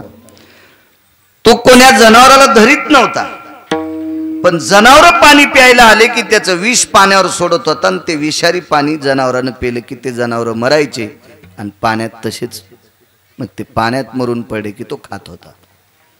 कानावर वार्ता गेली प्रभूच्या, कालिया बदमाश आहे, नालायक आहे. तुम्हाला एक सांगू का, रवरवी कोणाची बी ठराविक दिवसच चलती. तो गरीब असो, भिकारी असो, श्रीमंत असो, व्यापारी असो, राजकारणी असो, महाराज असो, डॉक्टर असो, शैक्षणिक क्षेत्रातला असो, कोणतंही क्षेत्र असू द्या, मर्यादा सांगितल्यात. मर्यादा, मर्यादेचं उल्लंघन, चौकटीचं उल्लंघन केलं रे केलं की त्याचं वाजलं. कोणी असू द्या, किती मोठा असू द्या. रावण संपलाय. किती मोठा रावण होता, किती मोठा रावण. कालियानं नियतीचं उल्लंघन केलं. हिंस्र पशून शिकार करावी, एखादं इकडचं तिकडचं एखादा पशु खाल्ला असता, धकून गेला असतं. पण सरळ सरळ यमुनेमध्ये विष टाकायचं. तिथं पवित्र स्त्रिया स्नानाला जायच्या, पवित्र साधक पुरुष महात्मे स्नान करायचे. आणि त्याचा बाधा होऊ लागला, त्वचा काळी पडू लागली, दगडासारखी कठीण होऊ लागली. काय करावं. मग यमुनेच्या तीरावर दुपारी गायी कळंबाखाली बसवल्या आणि त्या वाळवंटाच्या परिसरामध्ये प्रभूने एक डाव मांडला. चेंडू फळीचा डाव मांडिला यमुना वाळवंटी. तो डाव मांडला. भगवान नाना प्रकारचे खेळ खेळत होते. हमामा पोरा हमामा, हे हमामा पोरा हमामा, वाजे हमामा, हमामा पोरा हमामा, हमामा पोरा हमामा, वाजे हमामा, हमामा पोरा हमामा. हे खेळ होते. विटी दांडूचा खेळ खेळला. हे खेळ विटी दांडू आता खेळ,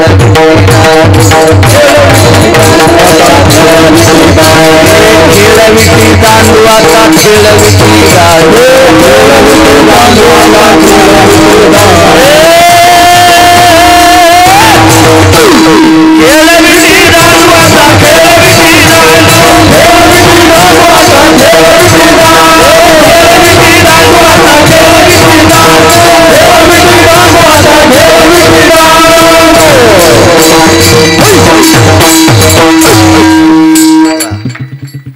इथे एक मधात एक गोड शब्द आहे पण मावल्या पुढे आहेत.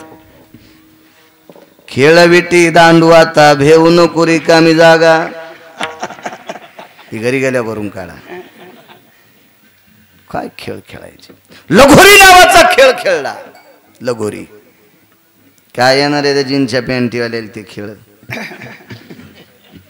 असेच खेळ खेळ खेळ होते ते. खेळ मांडीला लगोरी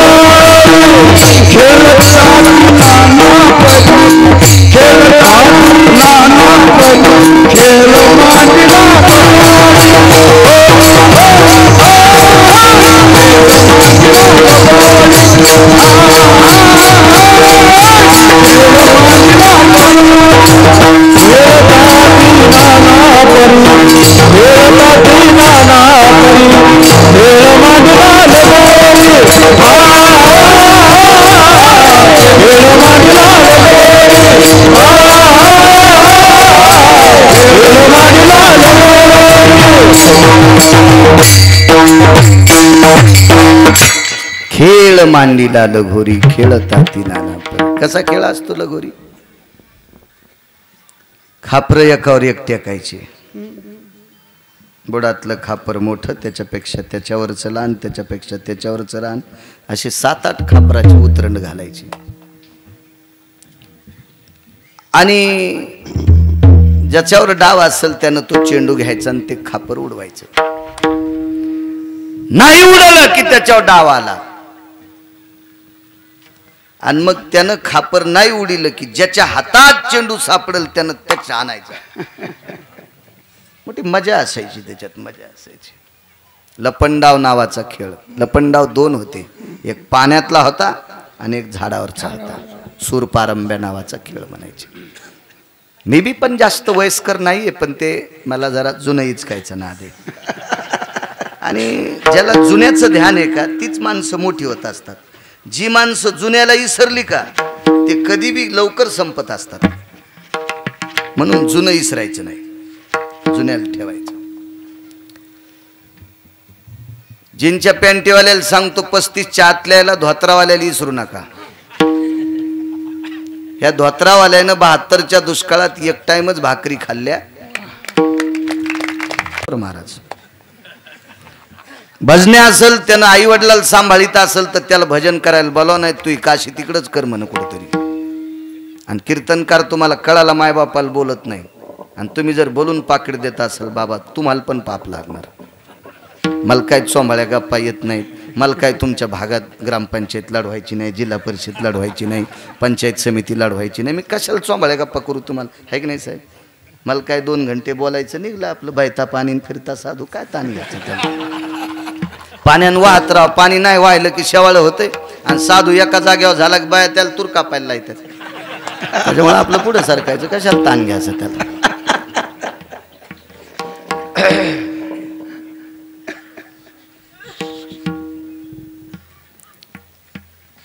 बघा म्हातारी म्हाताऱ्याच्या जवळ बसली. जुन्यातली बाई होती हो. पाहिलं मी नवऱ्याचे पाय चोरीत होती. दरुजातून पाऊल टाकल्याबरोबर म्हातारीला मनमनूक प्रणाम केला. जी मालकाची सेवा करते त्या बाईच्या पाया पडाव. बोरेश्वराचं दर्शन झाल्याचं पुण्य मिळते. पांडुरंगाचं दर्शन झाल्याचं पुण्य भेटते. आणि जी बाई नवऱ्याला शिव्या देते ती दिसली की नाही गाय कापलं तरी गाय कापल्याचं पाप लागते. हो पतिद्वेषी बाई वाईट असते. वाईट असते. मला पाहिल्याबरोबर म्हातारी खुर्चीवरून खाली उतरली आणि बाजूला जुनी बाई. जुनी बाई तुम्ही अजून बी बघा हो. खेड्यापाड्यामध्ये जर 1-2 पाहुणे बसले असतील, एखादी जुनी म्हातारी असेल आणि सुनानं तिला जर चहा दिला असेल तर पहिली गोष्ट लोक काय देखता घेतच नाही. घेतला म्हातारीनं तर भिंतीकडे तोंड करून चहा पिती म्हातारी. मी अशा पाहिल्या महाराष्ट्रात म्हाताऱ्या. इतकी पवित्र संस्कृती माझ्या भारत देशाची, माझ्या महाराष्ट्राची. जुने म्हातारे जुने. अजून बी लक्षात घ्या, वय झालेली म्हातारी माणूस दिसला की पदराला हात लायती. हे काय नाही बाबा. काय सप्त्याला दम नाही, भागवताला दम नाही, रामायणाला दम नाही, शिवपुराणाला दम नाही, प्रवचनाला दम नाही, कीर्तनाला दम नाही. गुण कोणाला आहे? अहो शेतकरी आसूड खांद्यावर हिशोबात ठेवतोय, आसूड खांद्यावर हिशोबात ठेवतोय.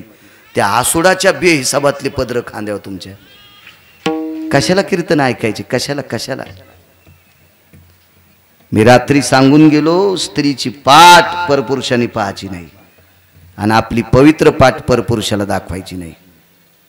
पैसे झाकलेले असावा एक, आणि या देशाची पवित्र स्त्री सर्वांग कपडे घातलेली असावा दोन. संस्कृती आहे देशाची, संस्कृती आहे देशाची.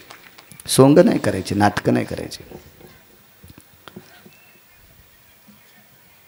कपाळ भरून कुंकू लावलेलं. नका लावू कुंकू, बारीकशी टिकली का लाईनत. नाहीतर मग हप्ताभर नवऱ्याला लावली पाहिजे. त्याला म्हणायचं मी तुझ्यामुळं लाईते ना, मग 7-8 दिवस तू माझ्यामुळं काय झालं ना लावायचं, आपण अर्ध करी जाऊ असं लावायची. काय नसतं त्याला. एके दिवशी असंच बांगड्याचं सांगितलं, ते म्हणला महाराज मै घालीतच नाही. म्हणलं मग मला घाल. तुम्हाला कशा घालू? म्हणलं मग तू घाल. हो ना. तुम्हाला एक सांगू का, हे द्या सोडून संस्थांचा सप्ताह, ही बोरेश्वराची कृपा आहे महाराजावर. पण साहेब आपण खेड्यापाड्यामध्ये 10-10, 15-15 लाख रुपये खर्चायलोत ना सप्त्याचे. याच्यात गुण आला पाहिजे, गुण. जो मुलगा आईवडिलाला नीट बोलत नाही त्याने कीर्तन ऐकून आईवडिलाला सांभाळलं पाहिजे. सप्त्याला पीक आलं समजायचं महाराज, पीक आलं समजायचं.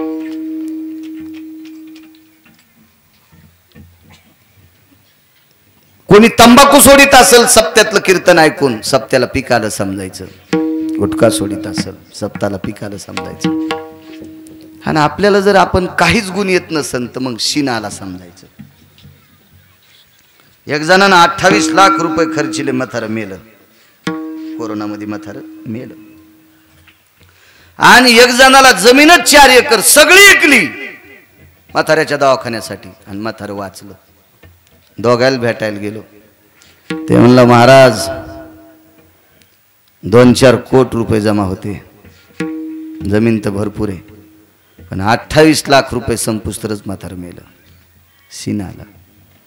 त्याच्या बाजूला दुसरा राहत होता. जमीन किती? म्हणला 4 एकर, सगळी गेली. काय खाशील? म्हणला टपर एक जमा करून खाईन. पण बाप वाचला ना. म्हणजे 4 एकर जमीन गेली तरी शीन नाही आला का? वडील वाचले. तसा आपण सप्तात खर्च करतो की याचा गुण आला पाहिजे. 5-50 म्हाताऱ्याने तंबाखू सोडी तर काय पॅरालिस होतो तुम्हाला? सोडा ना तंबाखू. हा काही झोपीत तंबाखू खाचन झोपी जाच. 90,000ला मसड आणली तुरी इकून. कीर्तनात पैशात तुरीच्या पैशात मसड होती. 90,000 रुपयाला मसाड आणली. आमच्या शेजारची म्हातारी संध्याकाळी तंबाखू खाऊन झोपायची, तशीच शेण आणायला गेली. हिच्या तोंडाचा मशीन वास घेणं आणि 1.5 घंट्यात मसर मरणं संगत झालं.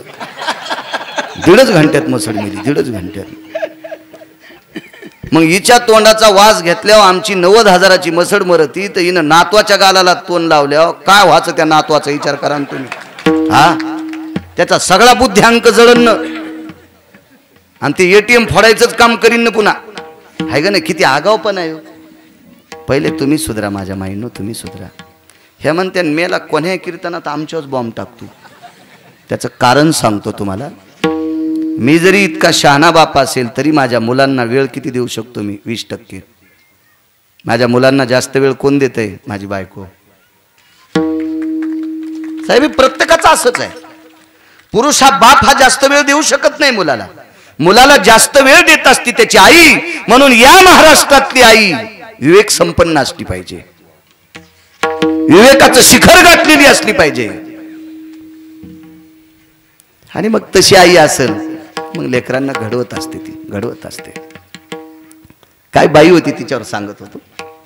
खाली बसल्या सुनबाईनं चहा मला आणला. आता औपचारिकता आहे म्हणून कीर्तनात चहा सांगायला नाही, तर काही चहा कीर्तनात सांगावा अशी काही गरज नसती. चहानला मला, तर मग मी म्हणलं बाई ताई ताई म्हणलं तिला, ताई ताई म्हणायच्या लायकीची नव्हती, पण म्हणलं मी तिला ताई. म्हणलं ताई, मला खाती के गालन ना हाती के बाल लगेच कळतेत ना, माय का गोळ्या संपलेल्या आहेत का काय.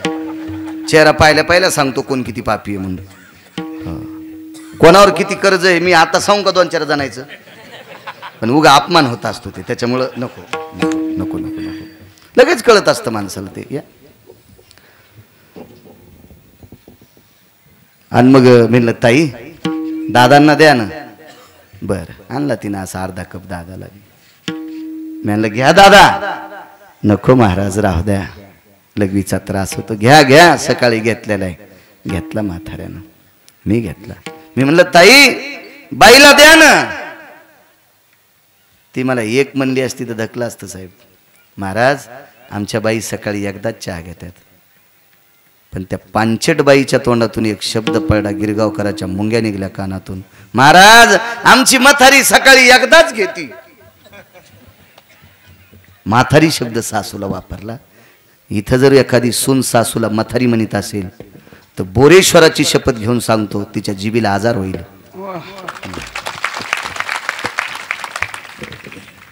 सासूला म्हातारी म्हणता, तुम्ही म्हाताऱ्या व्हायच्या नाही. तशाच आंब्याची सुरकुटी होऊन अशा वाळून जाणार आहेत का तुम्ही? नाही म्हाताऱ्या व्हायच्या.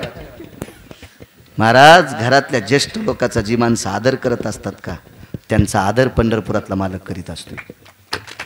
पंढरपुरातला मालक करीत. कशाला सोंबळ्या गप्पा सांगायच्या नुसत्या आपल्या पांचट गप्पा. बसली ती तिथंच, तिला माहीतच नव्हतं गिरगावचा बाळा किती रगील येतं. बसली. मी म्हाताऱ्याला विचारलं, दादा लग्न झाल्यावर किती जमीन होती? 2.25 एकर. म्हाताऱ्याला विचारलं पलंगावरचं किती. कालियाचं सांगणार आहे बरं, मी कालियापर्यंत आलतो, सांगतो मी. किती जमीन होती दादा? 2.25 एकर होती. आता किती आहे? 40 शिवाला आणली. 40च्या पुढे गेली. म्हणलं दादा ती पांचट सून ऐकू लागली बरं तिथं बसल्या बसल्या. ती ऐकू लागली. मला तर वाटलं तिला जिथं पिराला कापावं. आपल्या देवाला नाही, पिराला कापायला पाहिजे होती. हो पिराला कापायला पाहिजे होती. पैठणच्या तळ्यात टाकले असती तर पण तिला माशाने पण खाल्लं नसतं. माशा पण म्हणल्या असते इतकी पांचट नको आपल्याला. ऐकू लागली. म्हणलं दादा कशी घेतली हो 40 एकर? थकलेलं म्हातारं गव्हाणे साहेब. साहेब ते म्हातारं मला म्हणलं, महाराज माझ्यासारखी वळई 10 खेड्यात कोण्यात माणसाला रस्ता येत नव्हती. कडब्याची वळई, दोरीत वळई रचायचो मी. जर वळई मन लावून रचली तर बिना चवाळ झाकलेल्या वळईत पाणी घुसत नव्हतं. अशी पूर्णी दाबीत होतं म्हातारं. कोळप्याच्या दांडीला फळी बांधायचं ना अशी वळई चोपायचं. एक बुड बाहेर दिसत नव्हतं. एक ज्वारीची अशी मुळी दिसत नव्हती. मुळी असली वळई रचायची. एक 1.5 महिना माणसं माझी वाट बघायची वळई दाबायला. आणि शेकड्यावर ज्वारी असती. 80 क्विंटल ज्वारी व्हायची. सुपारीचं व्यसन नाही, तंबाखूचं व्यसन नाही, बिडीचं व्यसन नाही. 2.25 एकर जमिनीची 40-41 जमीन केली. ती पांचट सून ऐकत होती. वाक्य नीट ऐका, मला याच्याकरता सांगायचंय. ऐकत होती. माझी खुर्ची जवळ घेतली. म्हातारी वयस्कर होती. नवऱ्याचे पाय दाबीत होती. याच्याकरता मी पाया पडलो तिच्या. म्हणलं बाई तुम्ही काय केलं? महाराज 6 वाजता मालकाचा डब्बा करीत होते. मालकाला 6ला नेहरी पहाट. व्यसन नव्हतं. 6-6:30 म्हातारं जेवत होतं. पोराला तालुक्याच्या ठिकाणी शिकायला ठेवतं. पैसे देत होते रोजदारी काम करून. कव्हा रोजदारी करीत होतात महाराज? 6-6:30 मालकाला जेव घालायचे. 6-6:30 मालकाला. म्हातारं म्हणली नाही बरं ती. 6-6:30 मालकाला जेव घालायचे. आणि 7 वाजता कमराला खुरप खोसून 2.25 एकरात खुरपायला जात होते. 7 तर ते 9:30 9:45 पर्यंत घरचं रान खुरपायचं. आणि 10 वाजता शेजाऱ्याच्या रानात रोजान खुरपायचं. 28 वर्ष खुरपीला, 28 वर्ष, 28 वर्ष. एक प्रसंग सांगितला. महाराज गव्हाचं रान नव्हतं. गहू काढण्याच्या नंतर मी सर्वा पाहायला जात होते. सर्वा आता काळ बदललाय. आता या मशीननं गहू काढ्या 2-2, 3-3 पोते रानात पांगत आहेत, पण ती गवसत नाहीत. पूर्वीच्या काळात एक वंबी जाऊ देत नव्हते. सर्वा पाहाच्या बाया, आणि सर्वा पाहिल्याच्या नंतर त्या टोपल्यात वंब्या कुटायच्या, आणि त्याच्यातले जितके गहू होतील तितके अर्धे मालकाला द्यायचे, मग अर्धे न्यायचे. काय गरिबीचं तोंड असलं. सर्वेचे गहू जसे जसे दळायचे, बाजाराच्या दिवशी मालकाकडे पीठ द्यायचे, आणि पोराला चपात्या खाला. महाराज 22 वर्ष चपाती खाल्ली नाही हो, 22 वर्ष नाही खाल्ली. दोघांचं चरित्र ऐकून हृदय भरून आलं. आणि त्या पांचट सुनाला सांगितलं, बाई ज्या सासू सासऱ्यानं इतकं संसारासाठी करावा, त्या सासूला मथारी म्हणशील. खान धरली बाईनं. महाराज मरेपर्यंत त्या बाईला मथारी म्हणणार नाही. बस जिंकलं म्हणलं गिरगावच्या बाळू. हजारो पंढरपूरच्या वाऱ्या केल्याचं पुण्य मला प्राप्त झालं. एक बाई सुधारल्याच्या नंतर एक एक एक एक. आदर करा घरच्या लोकांचा. काय करायचं आगावपणा. मला एक सिद्धांत कळतोय, जी माणसं घरच्यांची होऊ शकत नाहीत ती माणसं तुम्हाला मदत करतील कशा होऊ शक्य. जो माईला मानित नाही ते तुम्हाला मदत करीत असतो का? हा, जो बापाला नीट म्हणत नाही ते तुम्हाला मोजित असतो का? जो माय बापाचा होऊ शकत नाही ते तुमचा कधी होणार आहे? चला, देवाच्या कानावर वार्ता गेली, कालिया यमुनेत विष टाकायला. इथपर्यंत आलतो ना, यमुनेत विष टाकायला. चेंडू फळीचा डाव मांडीला, यमुना वाळवंटी. खेळ होते. लगोरी, विटी दांडू, हा मामा. सुरपाट्या नावाचा खेळ होता. गावाच्या बाहेर अशी रानं उलगली की गावखरी एखादा मळा असायचा. उन्हाळ पाळी घातलेलं रान असं मोकळा असायचं, त्याचे दसकट गिसकट येचून काढायचे, आणि पोरायनं ते सुरपाट्या खेळायला रान करायचं गावाच्या कडे. सुरपाट्या जुन्या पोरायला, आता पोरायला नाही, जुन्या माणसाला आखता येतात. मध्ये एक पाटी असती कबड्डीच्या पाठीवानी, त्याच्या पलीकडे असती, त्याच्या पलीकडे असती एक तिसरी असती, चौथी पाटी सगळ्यात लांब असती. त्या पाटीला वेगळी पाटी नाव म्हणतात, फक्त ती कीर्तनात घेता येत नाही कारण कॅमेरे चालू आहेत. उद्या सकाळी बाळू महाराज गिरगावकराच्या घरावर दगडच, त्या पाटीचं नाव घेता येत नाही. त्या पाटीच्या दोन्ही कोपऱ्यावर मातीचे ढिगला असतात. एवढी एवढी माती अशी टेकायची. 1 नंबरच्या पाठीवर गेलं चालतंय, 2 नंबरचीवर गेलं चालतंय, 3 नंबरचीवर गेलं तरी चालतंय, पण 3 नंबरची पाटी ओलांडून पलीकडे गेलं, गाभडलं रे त्या म्हणती, गाभडलं रे त्या म्हणती, गाभडलं रे त्या म्हणती, गाभडलं रे त्या म्हणती. खेळा खेळाची ऐक निघुती, खेळा खेळाची ऐक निघुती, सुरपाट्या रे. मतुंबाचा डवल देला, न फोडिताची पळाला, न फोडिताची पळाला, सुर सोडून गती पावला, मध्येची डाव खोडला, गाभडलं रे त्या म्हणती, गाभडलं रे त्या म्हणती. काय खेळ असतील साहेब, असे खेळ खेळणाऱ्याला हाडाचे आजार होत नव्हते. इथं बसलेल्या मावल्यांनो, कधी कधी पिठल्यापुरतं घरी दळी जा. रोज नवऱ्याला दळायला लावायला, कधी कधी तुम्ही दळी जा. पिठाचे डबे नवऱ्याच्या डोक्यावर येत.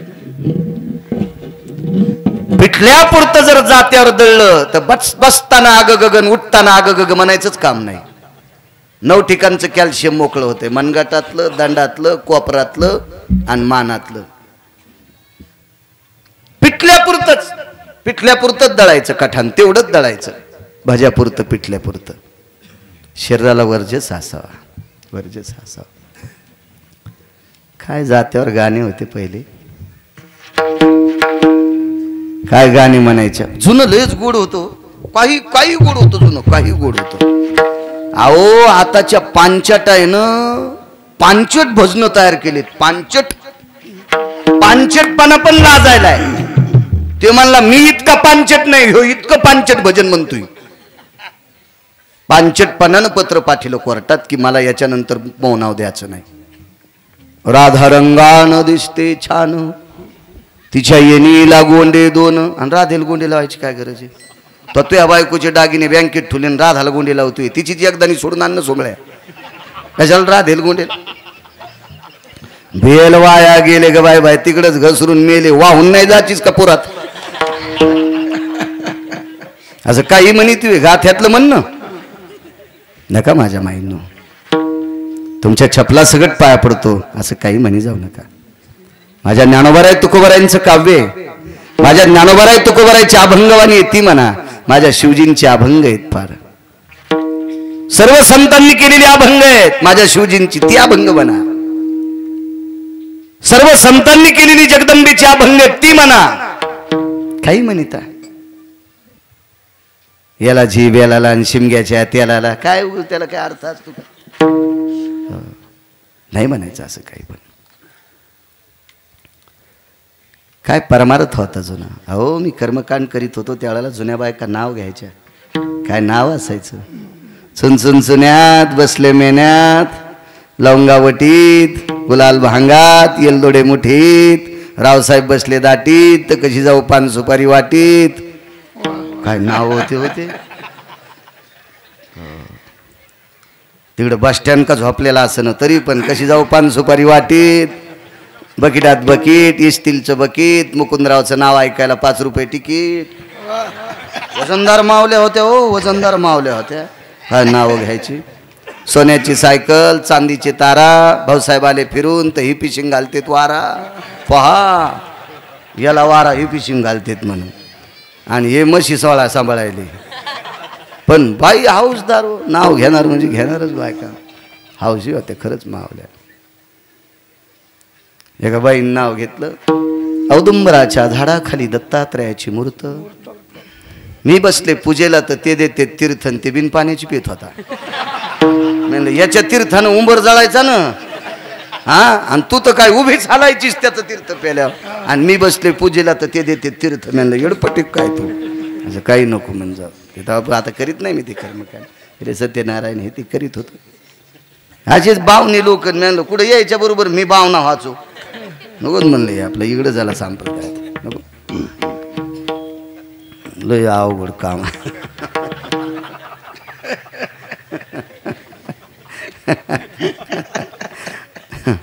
काय धोरणात इतकं माणसं सारी धोरणं सुटलेली त्याची. काय जुना काळ होता, आनंद होता जुन्या काळात, फार आनंद होता.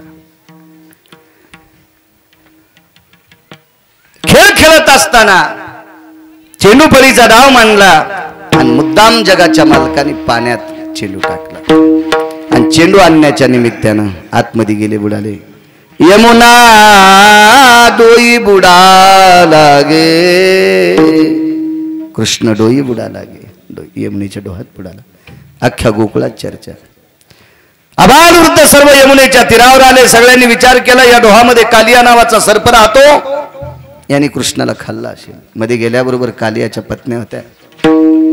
हृदयाशी धरलं, कोणाचा आहेस तू? यशोदेचा पुत्र आहे. कशा करता आलास? माझा चेंडू आलाय. आणि चेंडू नेमका कालिया झोपला तिथे गेलता. बरं मला सांगा, चेंडू बुडत असतो का तरंगत असतो? आणि मग बुडाला कसा? यानं फेकून दिलेला कसा तरंगण? बोरेश्वरानं फेकून दिलेले तरंगणारच नाही, ते बुडणारच. मग त्यानं फेकल्यावर तरंगायचं असेल तर निष्ठेनं त्याच्या पिंडीवर डोकं ठेवावं लागेल. देवानं हातातून सोडला की तो पाताळातच गेला. मग चेंडू होता तरी कालियाच्या जवळ. त्या म्हणल्या, माय तू आता जाय, एखादीशी चेंडू आम्ही वरून यमुनेच्या तीरावर आणून टाकू, घेऊन जाय. आमच्या मालकाला तुझ्यासारखी लेकरं लय आवडतात खाला. ते म्हणला, लेकरं खाणाऱ्याची तर सोय पाहायची. ते रगीलच होतं ते, त्याच्या इतकं रगील कोणी. रावणाला जर 2:18 त्यानं आपटून हाणलं 1 नंबरच्या गुंडाला, तर आपली गुंडागिरी काय? वायर चोर, टाटर चोर, पायप चोर, भांगार चोर, कोणाचा कापूस चोर, कोणाच्या तुरीच्या पेंढ्यात चोर, 2-4 कडब्याच्याच पेंढ्यात चोर, कोणाचं शेटरच उघड पार घालून, ह्या चोर आहे आपल्या. रावणासारख्या गुंडाला आपटून हाणलंय, आपल्या आता मधात घुसू घुसू आणि न ते भेट कोणाच्या बापात. देव देव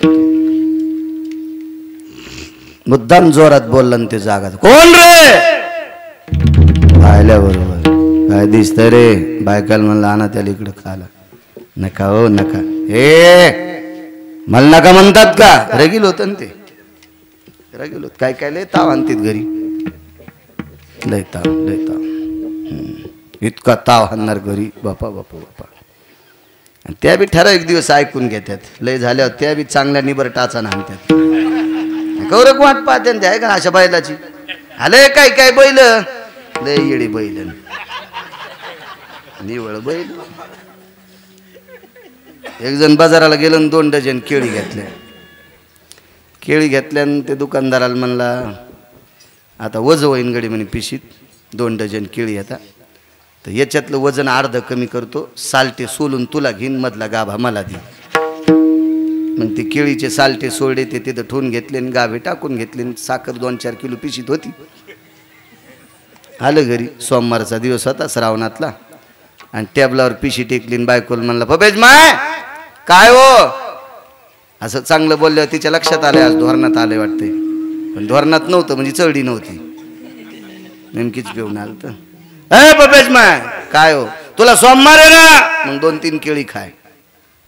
टेबल कर गेली. ती म्हणली, माय केळी तर नाहीत पण कातडे पण नाहीत. तू का शेळीस का कातडे खाला?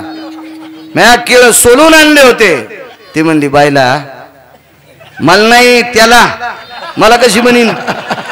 या मान तिचा काय संबंध मला बायला म्हणायचं? तुम्ही माझ्याकडेच पाहिले. ती त्याला म्हणली, बायला अरे घरी आल्यावर सालटे खात नसतेत रे, पण केळी सुखरूप येण्यासाठी घरा लोक सालटे आणीत असतेत रे बायला. तुला कसं कळणार रे बायला? काय काय काय बैला असे टकटक दिसायलेत मला, टकटक टकटक दिसायलेत. पण आता कीर्तनात हे नाही तर उभंच केलं असतं तुम्हाला. विठाला विठाला इतक्या खुश झाल्या लक्ष्म्या, त्या म्हणल्या आमच्यावरचा नांगर आता यानं यायच्या पिरीला आहे. त्या खुश झाल्या खुश झाल्या खुश झाल्या. संसारातल्या सगळ्याच लोकांनी चांगलं वागणं गरजेचं आहे सज्जनांनो. कालिया रागावला आणि धरत जातो. आता धरू जाता सापडते, सापडते वे घामा घुमाव, पाण्यात घाम आलाय कालियाला, पाण्यात. शेवटचा पुरावा एवढा बाबा. आता उनले तापले, प्रसाद जेवायचं. माप कमी देत नाही, ताण घेऊ नका. कधीच नाही, कधीच नाही. चुकून करायचं नाही, चुकूच नाही, चुकून नाही.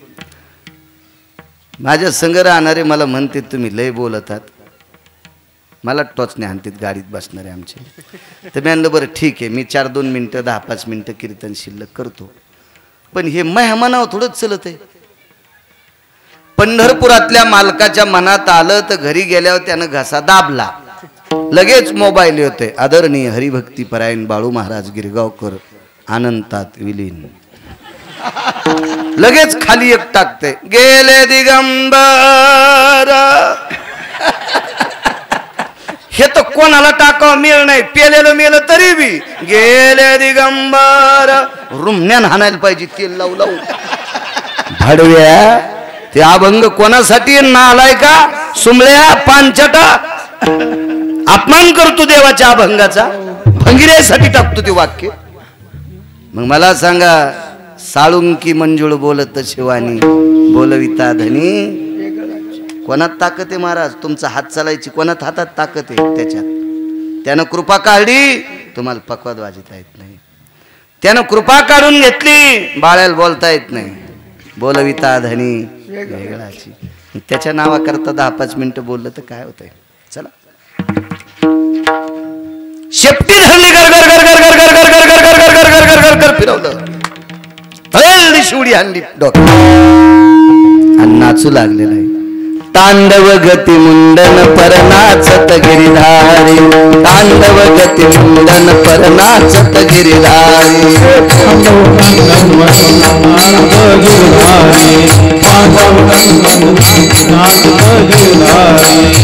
तांडव गती मुंडन परनाचत गिरिधारी तांडव गती मुंडन परनाचत गिरिधारी नाचत गिरधारी नाचत गिरधारी बम बम बम बम बम बम बम बम बोले बलिहारी बम बम बम बम बम बम बम बम बोले बलिहारी हे बम बम बम बम बम बम बोले बलिहारी बम बम बम बम बम बम बम बम बोले बलिहारी तांडव गती मुंडन परनाचत गिरिधारी तांडव गती मुंडन परनाचत गिरिधारी भगवान नाचू लागले भगवान शिवजी आले शिवजी पाहू लागले कृष्ण परमात्मा काय नाचायले कालियाच्या तोंडातून रक्त आलं साहेब रक्त आलं बाहेर कालियाच्या पत्नीने विचारलं मालक तोंडातून रक्त येते पडम त्याच्या पाय कालिया म्हणला याच्या पाय आणि मी पडणार बायका म्हणल्या कसं कळत नाही तुम्हाला तो देव आहे हे देव कस काय पाय पडन नाही पड रोगील कालिया लय काय काय कालिया रोगील बापा रोगील कालियाच्या बायका म्हणल्या आमच्या मालकाला कळत नाही देवा आमचं कुंकू शाबीत राहा याच्या करता याला वाचवा बायकोन म्हणलं काय विनंती करता तरी त्याला भगवान म्हणले पा कसं रगिले पा कसं किती मूर्ख आहे मूर्ख म्हणल्यावर काले देवाला म्हणला मला मूर्ख म्हणलाच कस काय मला मूर्ख का म्हणला अरे तुरंत देवाला रगील असतात काय काय माणसं भगवान म्हणले तू मूर्ख नाहीत कस काय मी मूर्ख कस काय म्हणले मग तो विष काप यमुनेत टाकलं हा ऐक म्हणले ऐक ऐक ऐक कालिया म्हणला देवा आता गाव जाऊ बोलतो मला सांगा सर्पाला जन्म कोणी दिला भगवान म्हणले मी दिला मग सर्पाला दात कोण दिले भगवान म्हणले मी दिले दातामध्ये विष कोण दिलं म्हणले मी दिलं मग देवा सर्पाला जन्म तोच दिलास सर्पाला दात तोच दिलीस सर्पाला विषाचा दात तोच दिलास सर्पाला विषाची पोकळी तोच दिलीस आणि मग तरी आम्हाला मूर्ख कस काय म्हणतो तुझको अर्पण तेरा तुझको अर्पण क्या लागे मेरा ओम जय जगदीश रे राहू दे उभं ईश हरे स्वामी जय जगदीश रे म्हातारीला वात आलाय पाहायला तुम्ही काहून उठली म्हणाले एका बुक्क्यात शेजारचं मरण कोणी हिशोबात राहा म्हातारी म्हातारी पहा कशी हसती म्हातारी आहे का इंदिरा गांधीची चुलतीचे दिन ती का साधी आहे का ती म्हातारी पहा कशी खुल्ली म्हातारी बघा जाताना गाडीत बसून नेतो आमच्या तिकडे म्हातारीला आता या डब्बार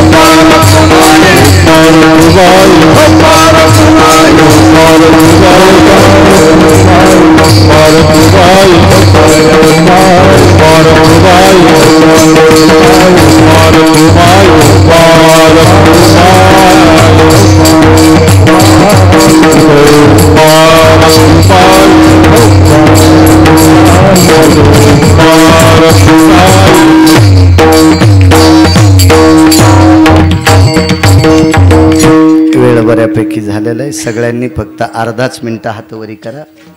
तुम्हाला एक विनंती करतो, फक्त अर्धा मिनिटं हातवरी करा. नमः शिवाय, ओम नमः शिवाय, हर हर भोले नमः शिवाय,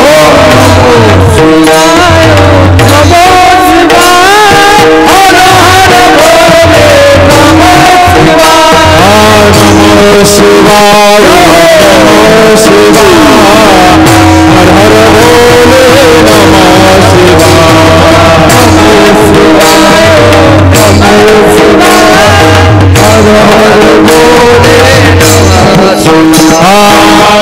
नमः शिवाय, नमः शिवाय, हर हर भोले नमः शिवाय,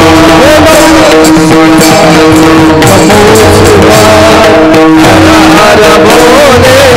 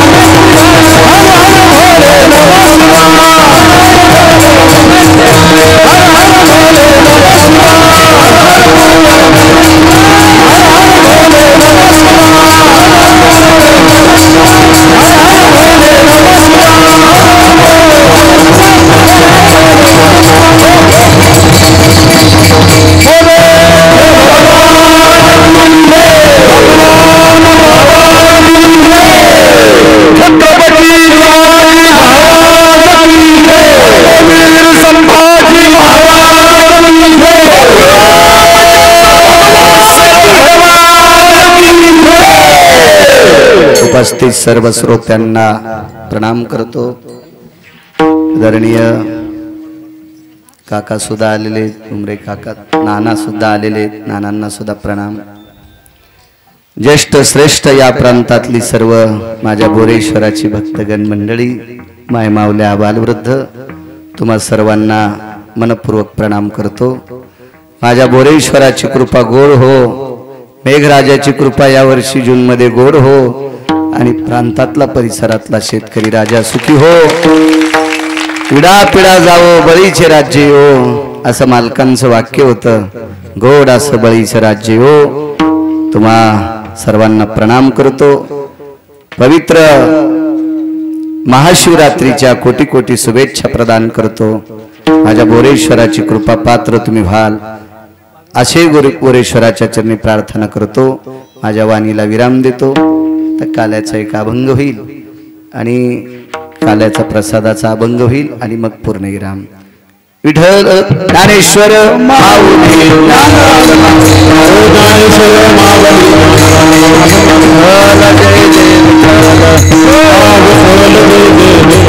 करी जवळ या मना शिंकेला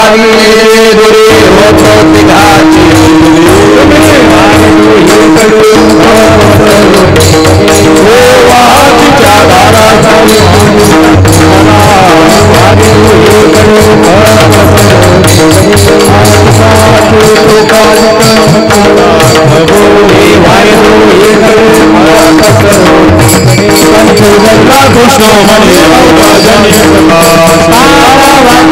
कनिका वैष्णवनिका अहोया ब्रह्मादिका उत्तम लोकादा आला वाटे कनिका वैष्णवनिका तुका मने मंगळे आम्ही आला वाटे कनिका वैष्णवनिका